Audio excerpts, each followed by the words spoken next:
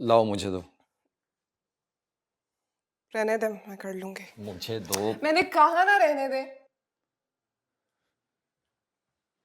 इसी इसी जिद की वजह से तुम्हारी ये हालत हुई है।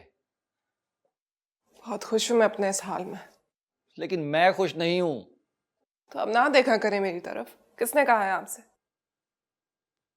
तुम्हारे घर वाले भी परेशान हो रहे हैं। पता नहीं किसी ने जाके उनको सब कुछ बता दिया तुम्हारे बारे में। आप उनकी परवाह मत करें। अगर उनको मेरी फिक्र होती तो आ जाते मेरा पूछने। मामू की कॉल आई थी, बात करना चाह रहे थे तुमसे।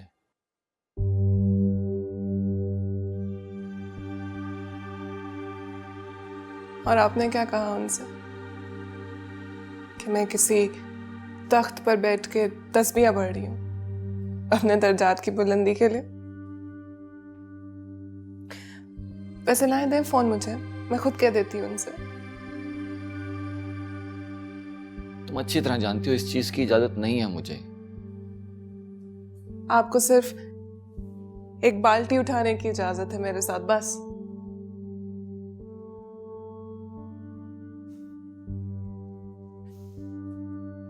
मैंने आपसे कहा था ना, आपकी अपनी कोई हैसियत नहीं है। आप सिर्फ एक बेबस, लाचार और मजबूर आदमी है जो उस आदमी को मुतमईन करने के लिए मुझे फोन भी नहीं करवा सकते। उस शख्स को जिसने बाप बनकर आपको पाला, आपकी परवरिश की, लेकिन आपके सब रिश्ते, दोस्तियां, मोहब्बतें किसी के हुक्म के गुलाम हैं।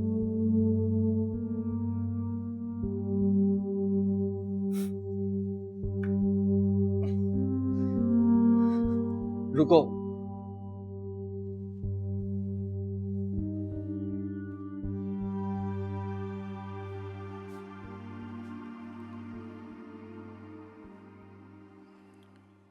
ये लो, मामू को फोन कर लो।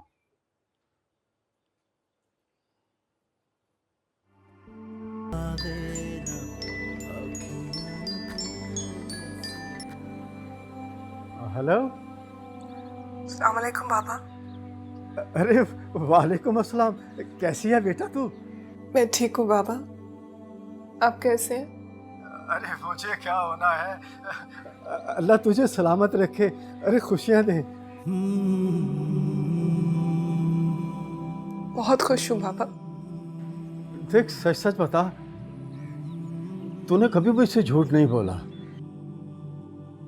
मैं सच कह रही हूँ बाबा, बहुत खुश हूँ मैं। अच्छा, अल्लाह तुझे नजरे बद से बचाए बेटा। आप मेरे लिए दुआ किया करें बाबा। आपको पता है ना, आपकी दुआ लगती है मुझे। तू वाकई खुश है ना? जी बाबा। आप क्यों परेशान हो रहे हैं? अरे हारून तेरा ख्याल रखता है? जी, बहुत ख्याल रखते हैं मेरा। और बीबी साहिबा और मुर्शिद साईं?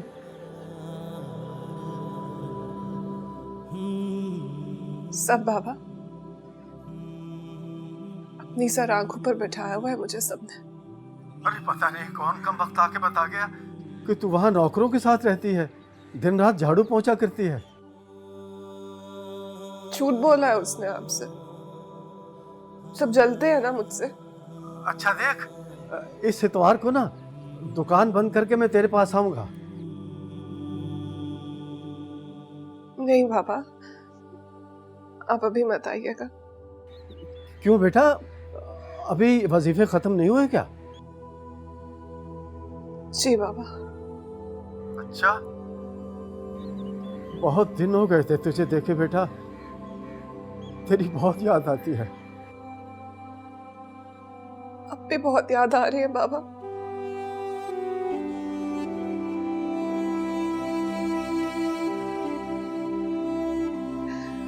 मैं फोन रखती हूँ बाबा, बस इतनी गुफ्तगू की इजाजत ली थी मैंने। अरे ये वजीफे कब खत्म हो गए तेरे? हेलो बेटा, हेलो।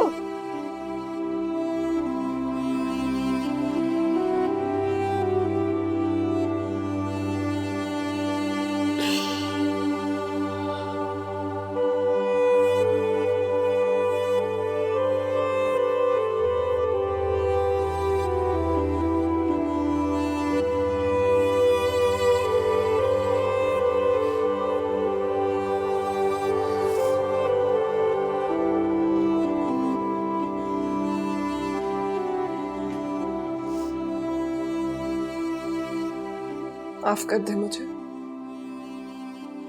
इतना बड़ा गुनाह करवा दिया ना मैंने आपसे, जिसकी पशेमानी में आप भी रो रहे हैं।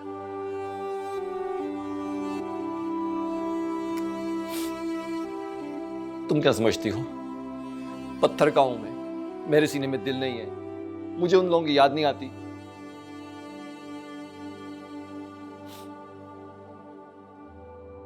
मैं भी तो कट गया हूं जिंदगी से, अपने घर से, अपनी दुकान से, अपने दोस्तों से। जिस तरह पानी से निकलने के बाद मछली तड़पती है ना, वैसे अंदर से मैं तड़प रहा हूं, लेकिन बस किसी से कहता नहीं। और मेरे साथ ये जो कुछ भी हो रहा है ना, सिर्फ तुम्हारी वजह से हो रहा है। मैं तो मुफ्त में कीमत अदा कर रहा हूं उस मोहब्बत की जो तुमने किसी और से की है। मोहब्बतें कर रही हो तुम और सजा मिल रही है मुझे, रुतबे मिल रहे हैं तुम्हें और जिल्लतें मिल रही हैं मुझे। और क्या करूं मैं?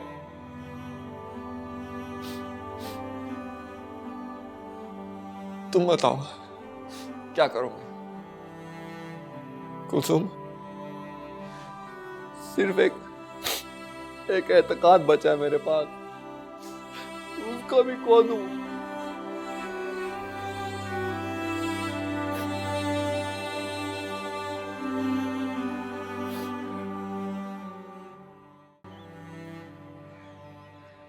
बेटी कहाँ है तुम्हारी? मरी पड़ी होगी कहीं। क्या बात है, आज सारे घर वालों के मुंह सूजे हुए, आपस में लड़ाई हुई है क्या? भाभी? कुछ नहीं हुआ मजीद। राबिया, भाई एक कप चाय मुझे भी ला दो, लेकिन साथ मीठा जरूर लाना। क्यों, ऐसी कौन सी खुशी की बात है? कोई प्लॉट बिक गया, कोई कर्जा वापस हो गया, कोई दुकान बिकी है, क्या बात है? क्यों खुश हो इतने? अरे बेटी से बात हुई है मेरी। क्या कुलसुम से बात हुई है तुम्हारी? हाँ। क्या कहा उसने? कह रही थी माशाल्लाह से वो बहुत खुश है। अरे सब लोग उसका ख्याल रखते हैं, हारून भी, बीबी साहिबा भी और मुर्शिद साईं भी। आप लोग भी ना हर लल्लू पंजू की बात सुन के परेशान हो जाते हैं। मतलब हमारी बेटी जलीलो ख्वार हो, वो भी मुर्शिद साईं के घर। अरे यार, बेटी का मामला है, तिनके से भी चोट लगती है। लोगों ने तो जलन में ये भी बोलना शुरू कर दिया है कि हमारी बेटी मुलाजमा बन गई है मुर्शिद साईं के घर। वो हमारी मार्केट के सामने इलेक्ट्रॉनिक्स मार्केट नहीं है, उसमें मुर्शिद साहब के 2 मुरीद रहते हैं, उनमें से एक आया था लगा के ऐसे बकवास करने। भजन, कल हमने मुर्शिद साईं की तरफ जाना है और शिकायत लगानी है उसकी। अरे रहने दे यार। क्यों रहने दे? 10 जगह पे बातें करेगा वो। मैं आपको एक बात बता दूं, मैं नहीं छोड़ूंगा उसे। हो सकता है वो आदमी ठीक ही कह रहा हो मजीद। क्या मतलब? मतलब ये कि बहुत सारे लोग ये बात कर रहे हैं कि कुलसुम वहां जलील हो रही है। ये कैसे हो सकता है भाभी? वो सलाहुद्दीन की बीवी और बेटी नहीं आए थे परसों निम्मो को देखने के लिए? वो ये सब बकवास करके गई है। वो लोग तो वैसे ही जलते हैं हमसे। सिर्फ वही नहीं, और भी बहुत से लोग कह रहे हैं। तो और किसने की है? आप वो निम्मो की बकवास को सच समझ रही हैं या वो उस मुल्हिद औरत की महदिगार की बातों को सच समझ के बैठी हुई हैं? माँ का दिल औलाद के लिए कभी झूठ नहीं बोलता उससे। तो यहाँ बैठ के क्यों तस्वीर बहा रही हो? जाओ खुद देख कर आओ, बात करो बीबी साहिबा से। गई थी मैं, 4 दफा गई थी, ना बीवी साहब मिली ना कुलसूम से मिलने की इजाजत थी किसी ने। भाभी वज़ाइफ के चक्कर में तो ऐसा होता है, चिल्ले काटने पड़ते हैं। वे शैतान जोर मारता है, वसवसे पैदा करता है, अफवाहें फैलाता है। क्यों भाई साहब? इन्हीं वसवसों की वजह से तो खामोश रही। तो फिर बोले वो कुफर जिसको सुनने वाला भी गुनहगार होगा। मैं तो नहीं सुनने वाली।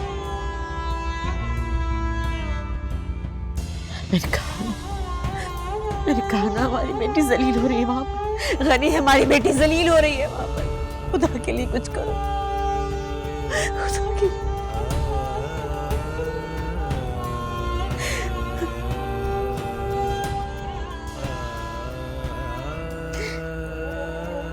ये क्या कर रही हो तुम?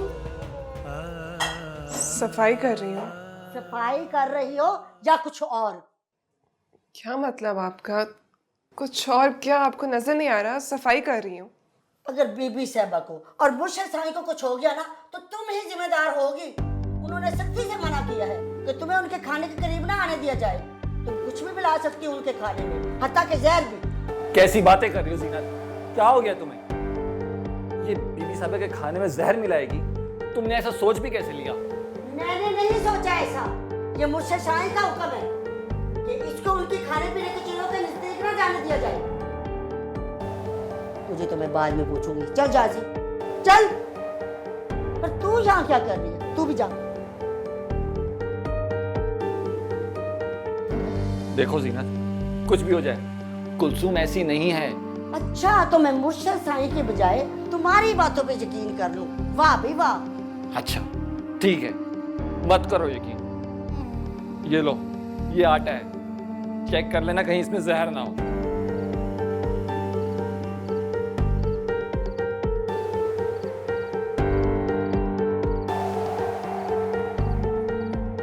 ये छाले तुम्हारे हाथ पे नहीं पड़े, हमारे दिल पे पड़े।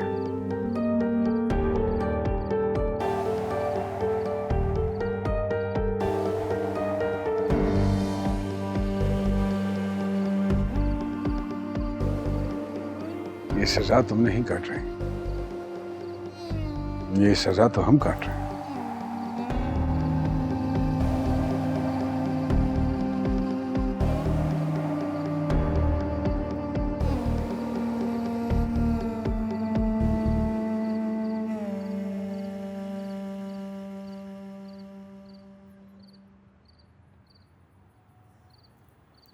ये जगह आपके शायान शान नहीं है।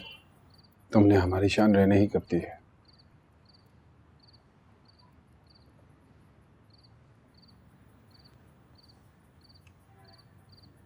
आपको डर नहीं लगता?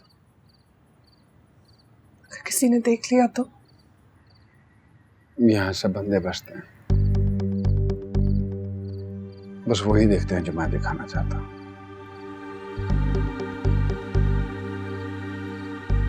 तुम ये बात नहीं समझो, और कितनी तकलीफ काटोगी तुम, कितना वक्त लोगी एक बात समझने में कि तुम मेरे साथ लड़ नहीं सकते।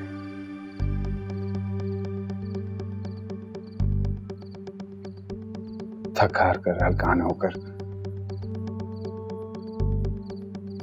जब मेरी गोद में सर रख दोगी तब मेरे प्यार में कोई कमी नहीं आएगी, लेकिन तुम्हारी इज्जत कम हो जाएगी मेरी नजरों में। बेबस होकर जब मेरी गोद में आ गिरोगी तो तुम्हारी जगह मेरे सर आंखों पे नहीं, सिर्फ पैरों में होगी। बोलो, मैं चाहूं तो एक मर्तबा फिर से तुम्हें दोबारा वहीं भेज सकता हूं जहां से तुम आई हो,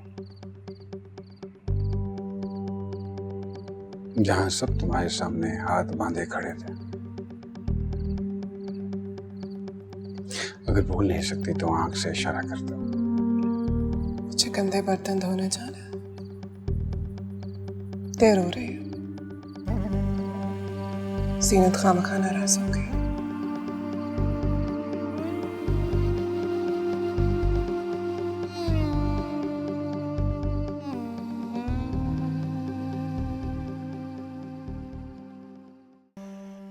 मेरी समझ में ये नहीं आ रहा कि वो कैसे इतना भारी पड़ गया तुम पर। तुम तो बचपन से मारते पीटते आ रहे हो उस बेचारे को। मैंने तो कभी किसी से ऊंची आवाज़ में बात करते नहीं सुना उसे। याद है तुम्हें? बचपन में एक मर्तबा ओलेल से मारा था तुमने उसे। उस मासूम आदमी ने किसी से शिकायत तक नहीं की थी। अम्मी, न वो मासूम है न वो बेचारा है।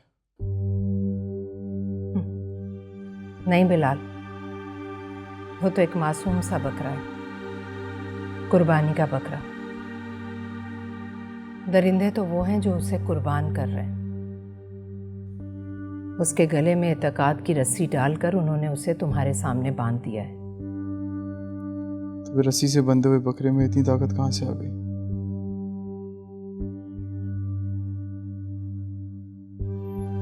अम्मी, मुझे लगता था 2-4 मुक्के मारूंगा, खत्म कर दूंगा,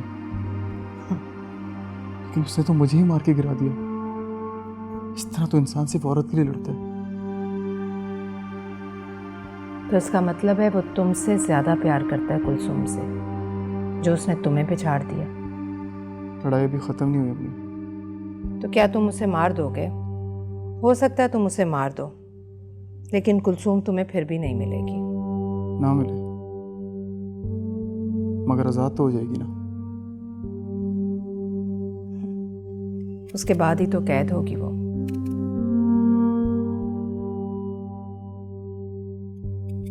कुलसुम का फोन आया था तुम्हें मार पड़ने के अगले दिन।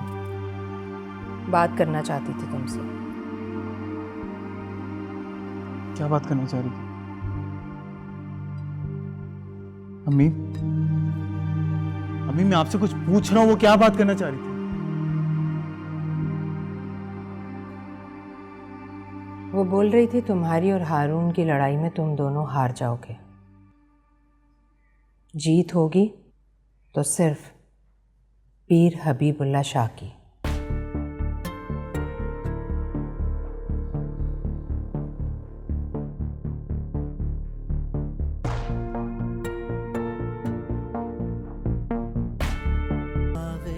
जीनत, कहाँ चले गए सारे?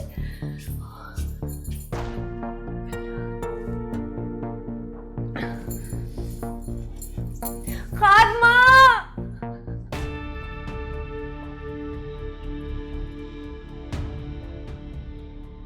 खादमा, खादमा। बीबी साहिबा, बीबी साहिबा, बीबी साहिबा, आराम से। बीबी साहिबा, बीबी साहिबा।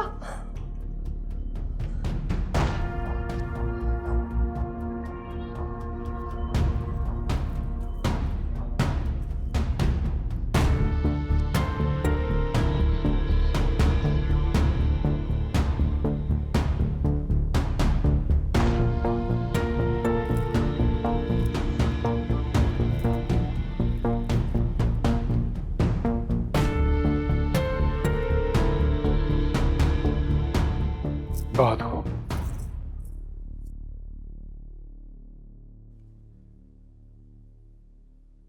फिर से गले लगा लिया आपने, अपने पहलू में बिठा लिया। पता नहीं क्या खिला के गई है वो आपको।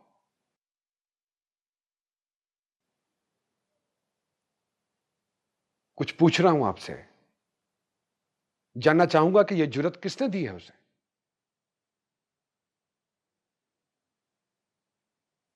तौहीन है ये मेरी, बेइज्जती है, दुश्मनी कर रही हैं आप, अपने साथ भी और मेरे साथ भी। वो बीबी साहबा की तबीयत खराब है मुर्शिद साईं। बीबी साहिबा की तबीयत खराब है तो वो क्या कर रही थी इस कमरे में? वो सुगरा के गिर्द हम जमा थे, उसे मिर्गी का दौरा पड़ गया था। शर्म आनी चाहिए तुम्हें। तुम इसे संभालने चली गई और उसको इसके बाद भेज दिया। वो मुझे तो कुछ पता नहीं, बस इतना ही बताया गया कि बीबी साहबा की तबीयत खराब है। मैं पता करती हूँ जी।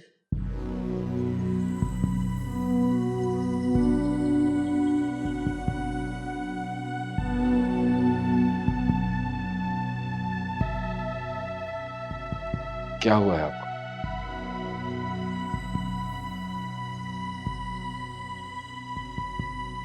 उसे मत डांटना अभी बोला,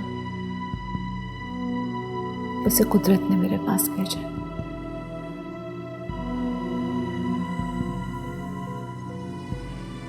आज कुलसुम ने तुम्हारी बच्ची की जान बचाई।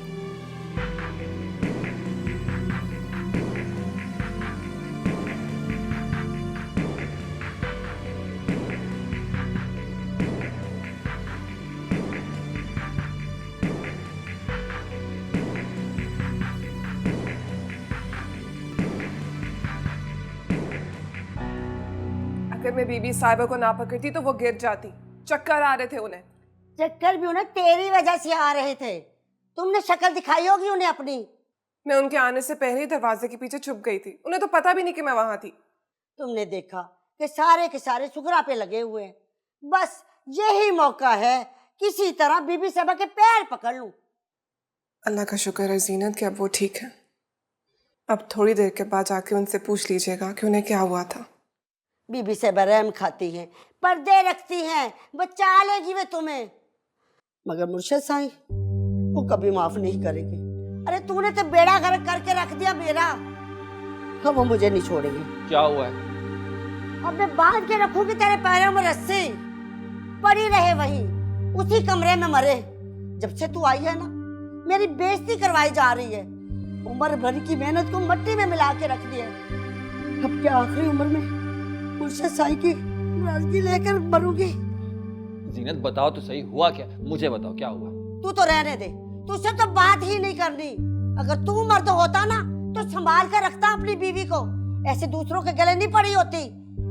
और हाँ, अब अगर कुछ किया ना तो सचमुच मान दूंगी तुझे चारपाई से। देखो जीनत, तुम इससे इस तरीके से बात नहीं कर सकती। अच्छा, तो अब तू बताएगा कि कैसे बात करूंगी मैं इससे। अब क्या कर दिया तुमने?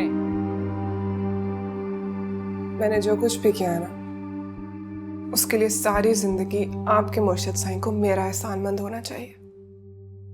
लेकिन वो इसको भी बहाना बनाकर और खतरनाक हो रहे हैं। हाँ लेकिन क्या हुआ, कुछ बताओ तो सही। ये जीनत क्यों चिल्ला रही थी तुम पे ऐसे? आप क्यों कल तक पीट रहे थे मुझे? वो बस वही कर रही है जो मुर्शिद साईं उन्हें हुक्म दे रहे हैं। कल तक वो कह रहे थे कि मैं बहुत इज्जतदार हूं तो सब मुझे बहुत इज्जत दे रहे थे। आज उन्होंने कहा कि मैं जलील हूं तो सब मुझे जलील कर रहे हैं। बस इस सब में मेरा तो कोई कमाल नहीं है ना। मेरे कहने पे ना ही मुझे कोई इज्जत देता है और ना ही कोई जलील करता है। ये सब तो बस उसका दिया है।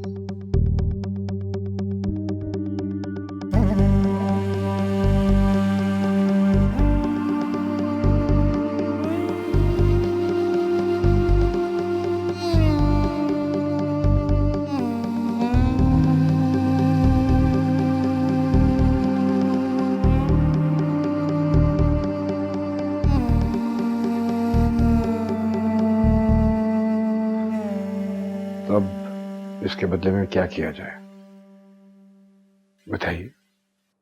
उसे अपने जूतों के पास से उठा के दोबारा सर आंखों पे बिठा लें? ये तो सच है ना हबीब कि अगर वो आज मुझे ना संभालती तो खुदा ना खास्ता। आपको इस हाल तक पहुंचाया किसने है बेबी?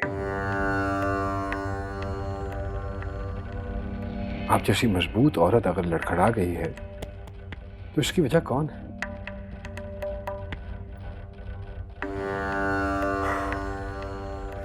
आपकी जगह अगर कोई और होती ना तो पता नहीं, शायद ये बच्चा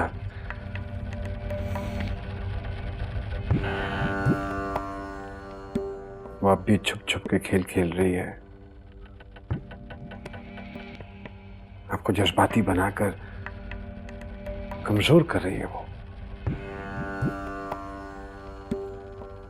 कैसे खेल? ये तो मुझे नहीं पता।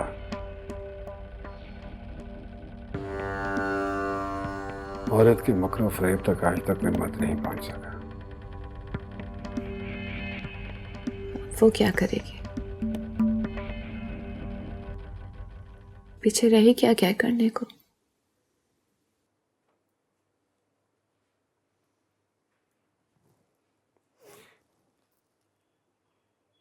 ये जो गली मोहल्लों में पली बड़ी लड़कियां होती हैं ना, आप जैसी औरत तो उन तक पहुंच भी नहीं सकते। मुझे नहीं पता, अगर वैसा कर रही है तो क्यों कर रही है। मैंने तो सिर्फ उससे मोहब्बत की है, बेलौस मोहब्बत। वो भी किसी की मोहब्बत में ये सब कुछ कर रही है। नहीं, वो आप कुछ नहीं कर रही, मेरा दिल कह रहा है।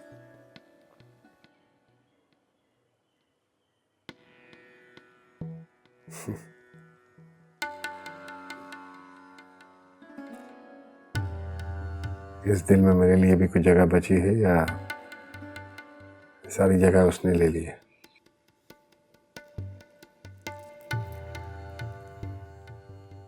मैंने तुम्हें दिल में जगह नहीं दी है हबीब, तुम्हें अपना दिल दे दिया है। तो फिर मेरी एक दरखास्त है, वो मान लीजिए। इस बच्चे के आने तक यहां से चली जाइए, इस बच्चे की खातिर।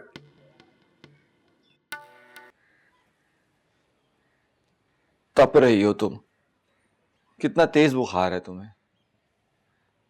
फिक्र मत कर, ठीक हो जाऊंगे। तुमसे कहता हूं ना कि ये सारे काम तुम्हारे बस के नहीं है।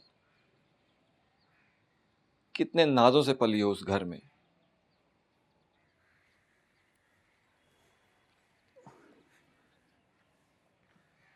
मुझे अच्छी तरह याद है जब छोटी मानी अगर तुम्हारे हाथ में झाड़ू पकड़ा भी देती थी ना, तो बड़ी मानी आके फौरन छीन के फेंक देती थी।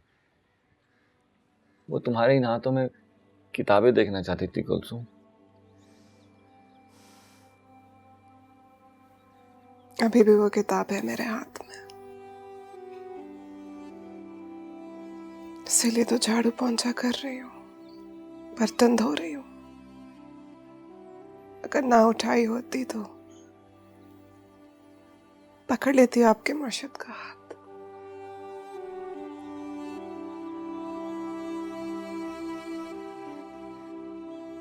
कुछ खाया है तुमने? जी,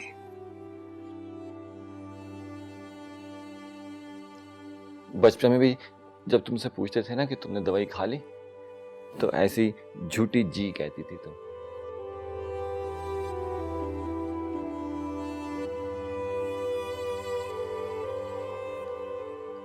अच्छा ये देखो, ये तुम्हारे लिए लाया हूं, ये तो खाओगी ना?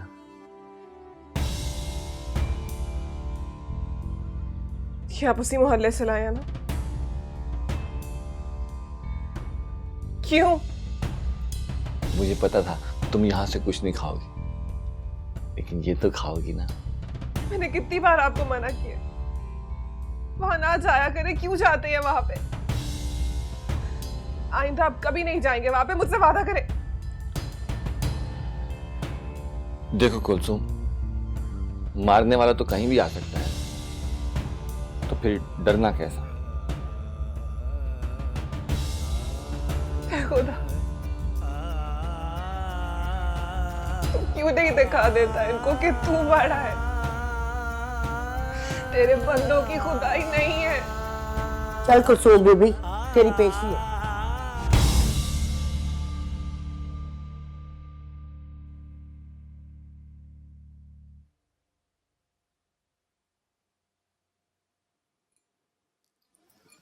बैठो। मैं ठीक हूँ बीबी साहिबा, आप हुक्म करें।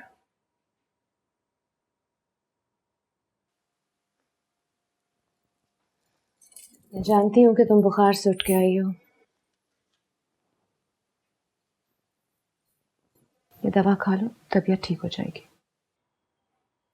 सीनत ने दवा दे दी थी मुझे, मैं सोचती थी कि ये सारी कहानियां आज के दौर में ख़त्म हो गई हैं। लैला मजनू की, सस्सी पुन्नू, हीर रांझा, सोनी माहीवाल सब किताबों में दफन हो गए होंगे, मगर तुमने तो इन सबको दोबारा जिंदा कर दिया और सुना है कि बिलाल भी पत्थर खा के लैला लैला पुकारता फिर रहा है। काश मुझे वो तावीज़ दोबारा मिल जाए जो मैंने लिखा था तुम्हारे कहने पे बिलाल के नाम से। सच पूछो तो मुझे याद भी नहीं है कि मैंने उसमें क्या लिखा था। शायद उस वक्त तुम्हारा दिल रखने के लिए बिना सोचे समझे कुछ लफ्ज दर्ज कर दिए थे, मगर आज मैं वाकई जानना चाहती हूँ कि उस तावीज़ में क्या था कि इतनी बड़ी कहानी बन गई। एक आम सी लड़की इतनी बहादुर हो गई, इतनी निडर हो गई कि उसने पीर और मुर्शिद तक की इज्जत नहीं की, तोहमत लगा दी, कीचड़ उछाल दिया उन पर।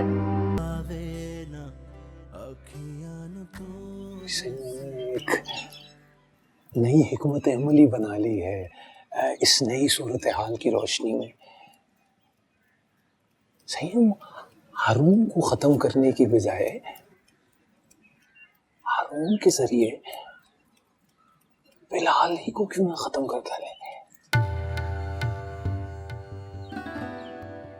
सही हारून के जाने के बाद और बीवी साहिबा जब मौजूद नहीं होंगी तो लड़की की हालत तो वैसी हो जाएगी जैसे निकाह के वक्त थी। फिर वो बिना सोचे समझे आपके कदमों में बैठ जाएगी। सही लेकिन सही हारून के जाने के बाद तो वो बेवा हो जाएगी और